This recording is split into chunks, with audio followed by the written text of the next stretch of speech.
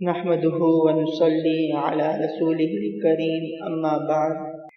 یوم عرفہ کو جہاں رب کائنات نے بہت سی فضیلتوں سے نوازا ہے، تو وہیں نبی کریم صلی اللہ علیہ وسلم کا ایک خاص وظیفہ بھی اس دن کا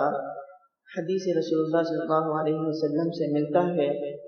کہ نبی کریم صلی اللہ علیہ وسلم یوم عرفہ کے دن ایک خاص وظیفہ پڑھا کرتے تھے،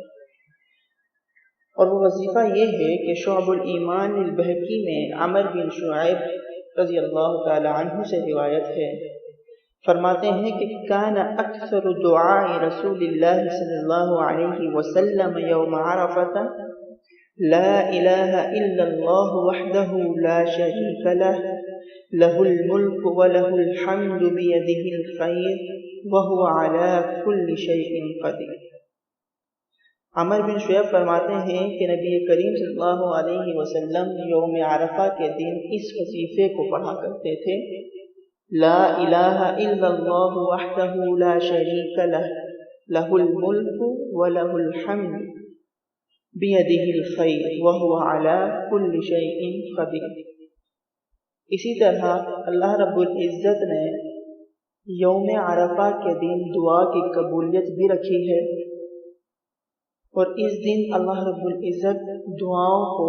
قبول کرتے ہیں۔ نبی کریم صلی اللہ علیہ وسلم کی حدیث کا مفہوم ہے کہ نبی کریم صلی اللہ علیہ وسلم فرماتے ہیں کہ سب سے بہترین دعا عرفہ کے دن کی دعا ہے، تو ہمیں اس وظیفے کو بھی 9 ذی الحج کے دن پڑھنا چاہیے اور کثرت سے پڑھنا چاہیے، اس لیے کہ ہمارے پیارے محبوب صلی اللہ علیہ وسلم اس وظیفے کو پڑھا کرتے تھے، اور دعائیں بھی کثرت سے مانگنی چاہیے،